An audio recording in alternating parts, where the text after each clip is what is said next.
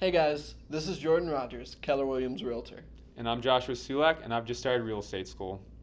This is the start of a Texas real estate video series where we follow Josh through his adventures in realty school, covering topics that he's learning about and hopefully helping you guys out at home as well.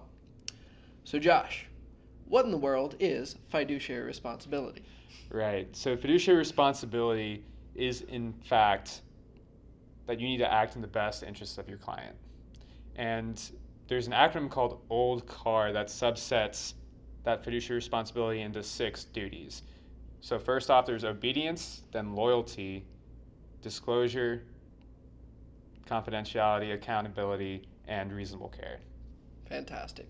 So in terms of obedience, in terms of the sale, as long as your client is not telling you to do anything illegal, you need to do it.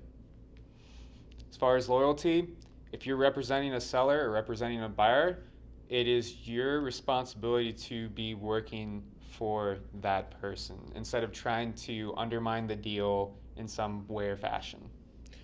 Disclosure. Rule of thumb. Disclose, disclose, disclose.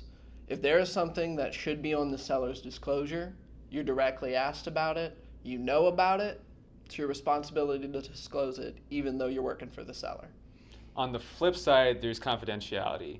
And basically, if you're working for, let's say, a seller and it's a couple that's getting divorced, so they're highly motivated, right? If someone asks you, hey, why is it that they're so highly motivated? If the client hasn't given you explicit permission to say, yeah, the reason why we're highly motivated to sell this house is because we're getting a divorce, then it is your responsibility to keep that information confidential.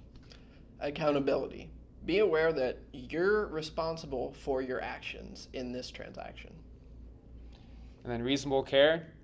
As a professional, just like a doctor or lawyer, it is your duty to be up to date in the information that's going on in the field and to be able to handle the process well.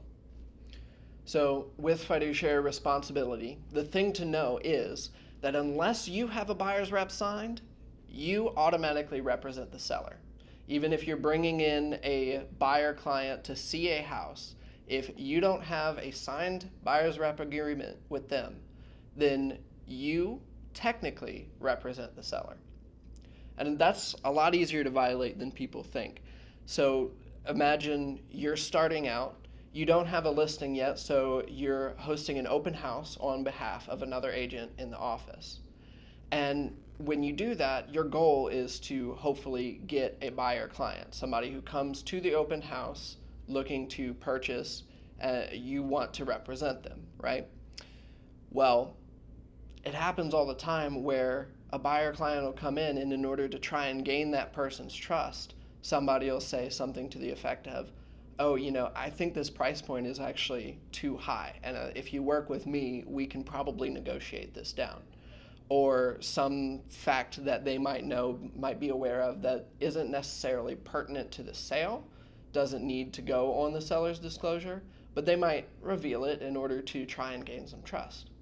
Happens all the time, but those people are violating their fiduciary responsibility.